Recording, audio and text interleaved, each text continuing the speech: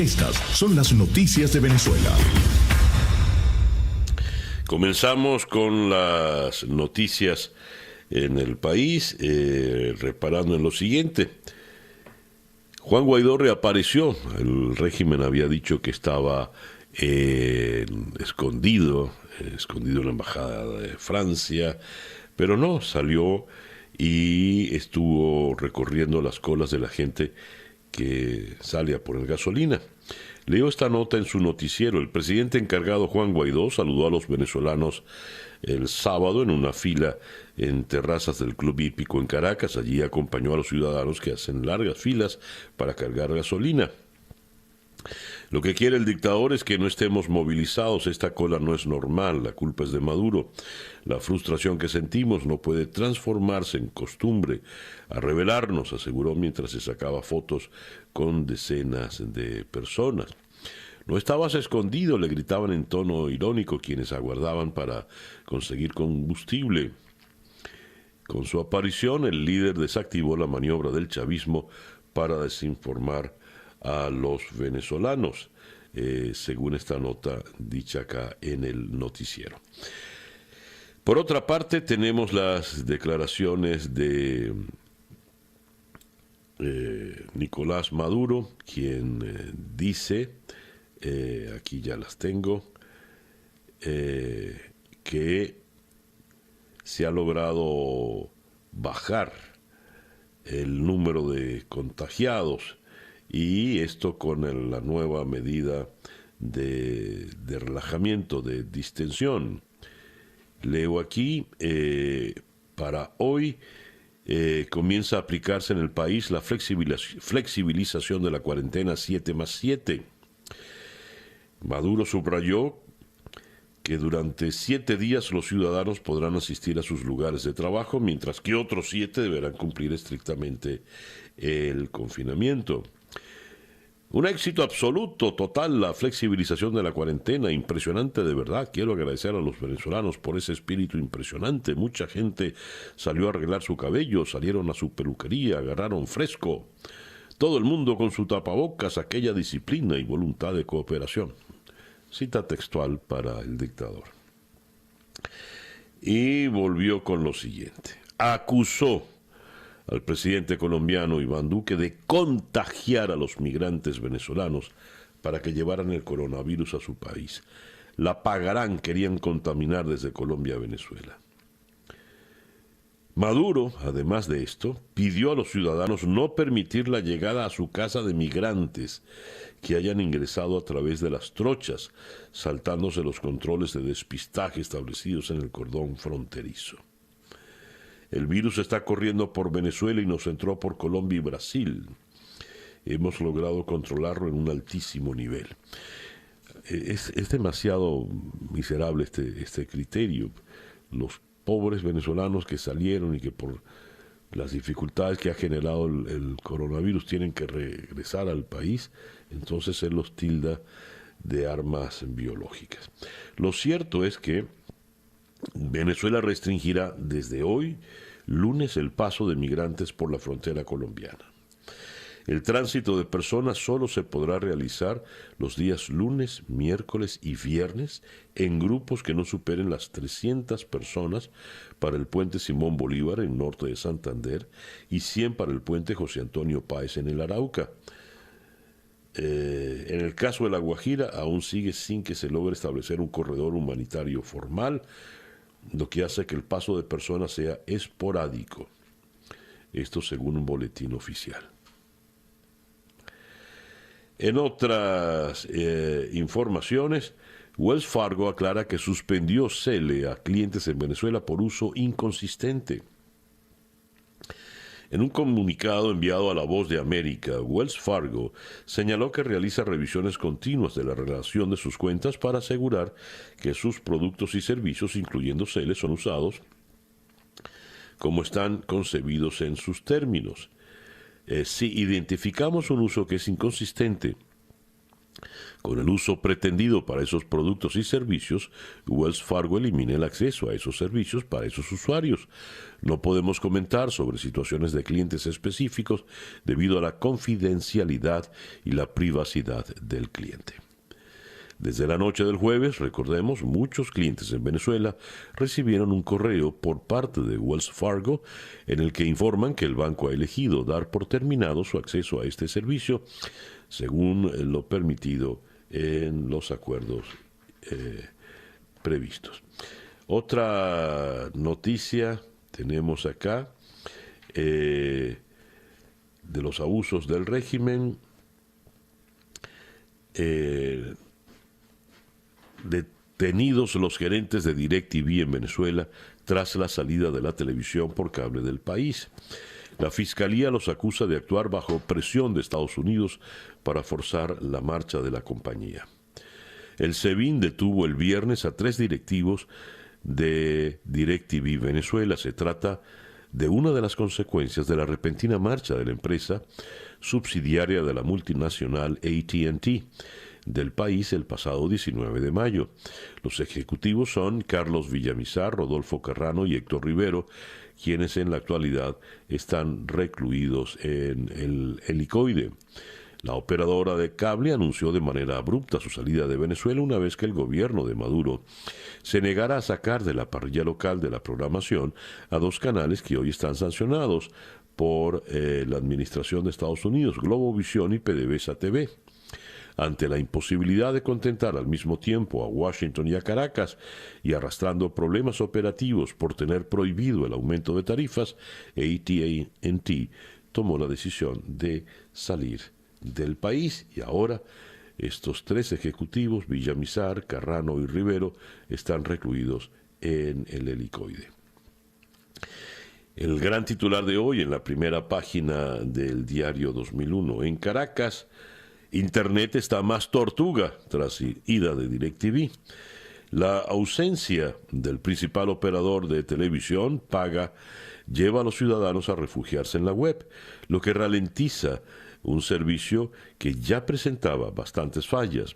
La red se satura ante la cantidad de usuarios y las otras empresas del ramo no tienen cómo atender la demanda. Cargar verdes encima es muy riesgoso, hay que tener cuidado a la hora de pagar en la calle o hacer transacciones en divisas. Lo cierto es que hay que tener divisas, sobre todo si usted quiere poner gasolina. El Universal, en su gran titular de hoy, exoneran de impuesto la venta e importación de gasolina en el país.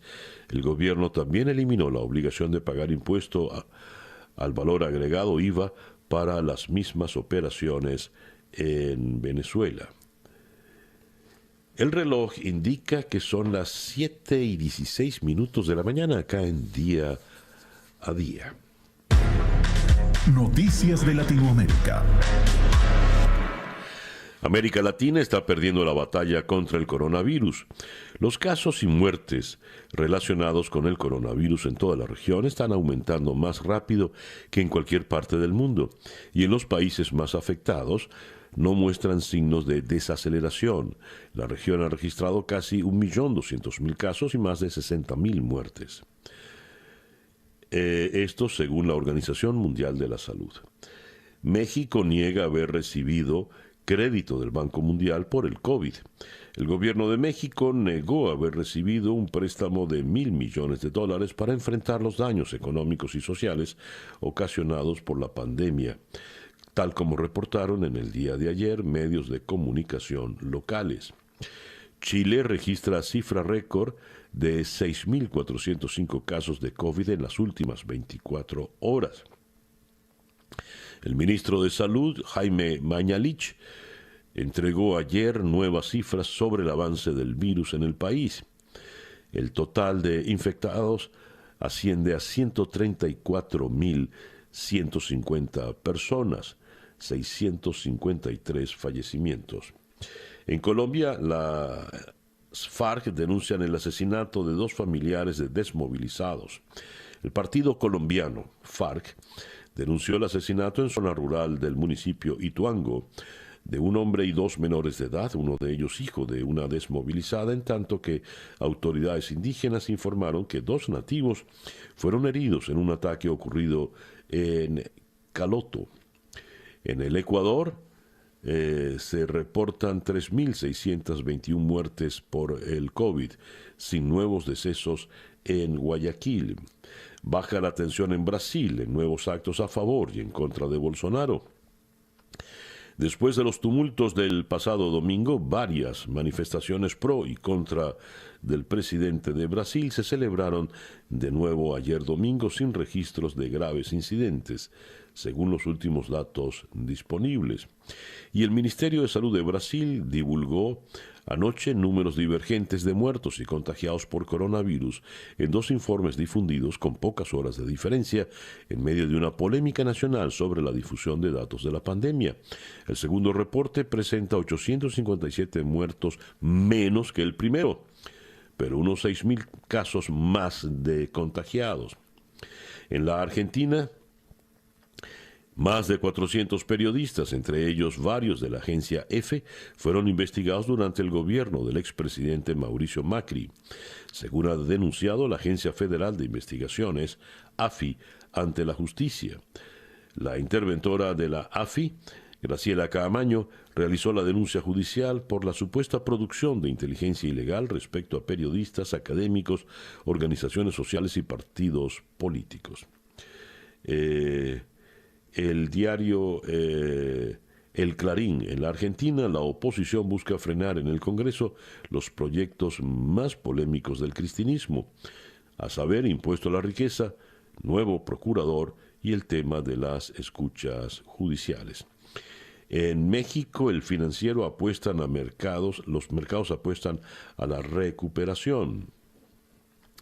Esto como consecuencia de la situación global, ante el optimismo de que la economía global se recupere rápidamente, los estragos y supere los estragos del coronavirus, los mercados accionarios mantienen su tendencia alcista.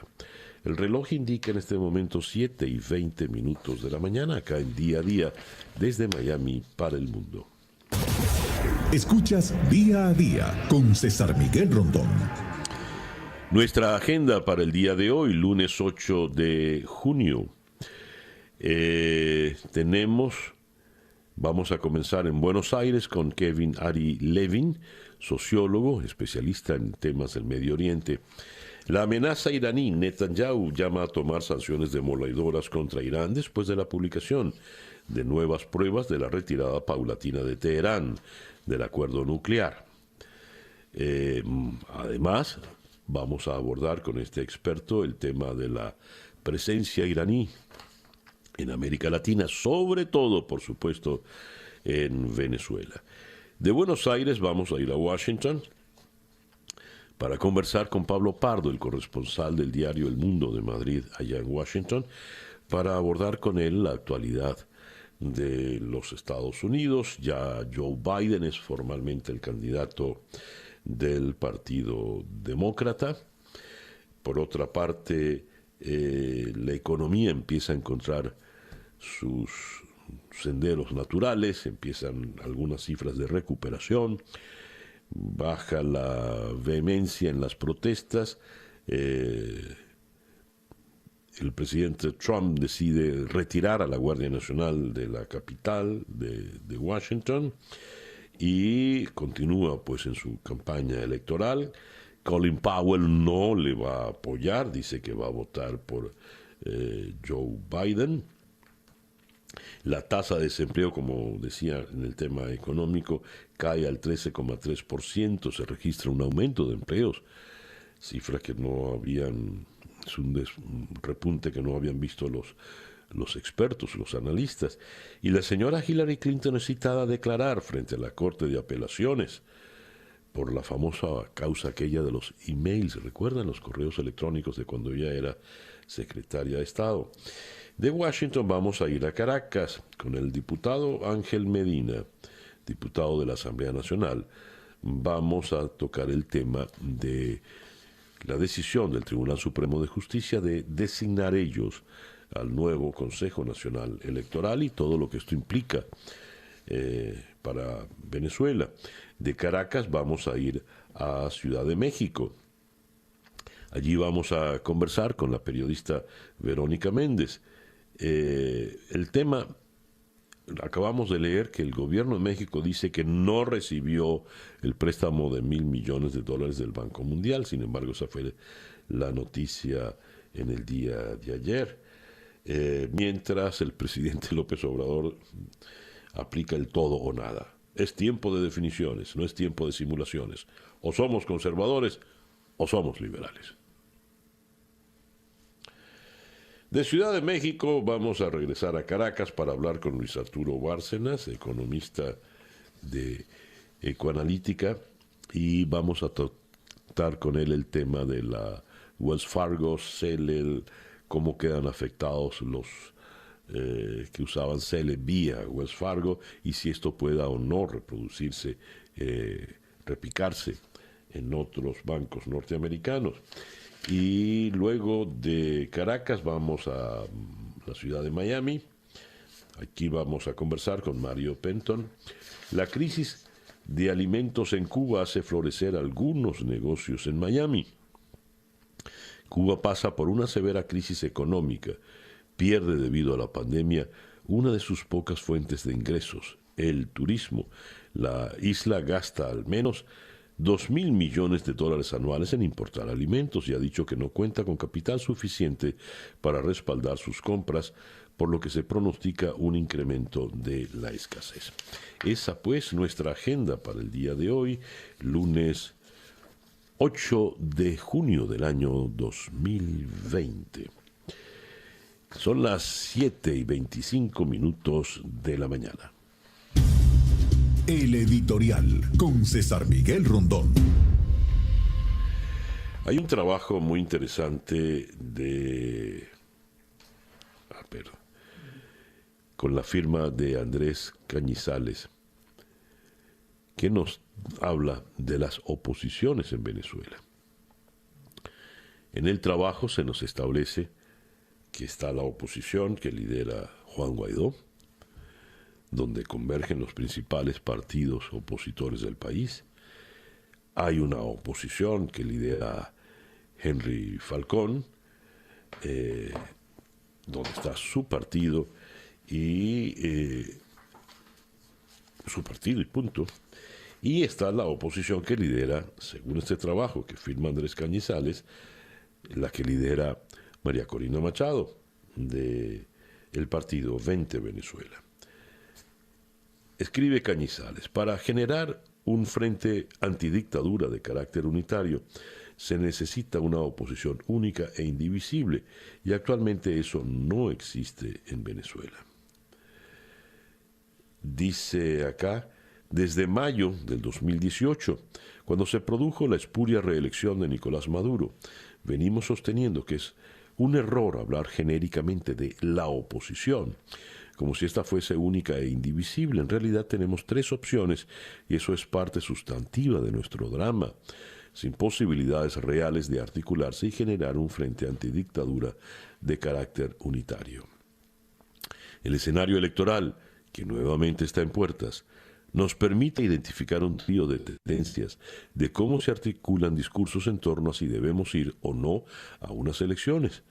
Dos de las corrientes opositoras, de forma abierta o velada, terminan actuando en aras de destruir a la tercera corriente, y esto termina favoreciendo al chavismo. Y entonces entra al análisis de cómo estas tres grupos, hay una grande y dos pequeñas, empiezan a pelear entre sí. Sobre todo las pequeñas tratando de destruir a la más grande. La unidad no se puede determinar por una orden. Vamos a unirnos y punto, porque las divergencias son muy fuertes.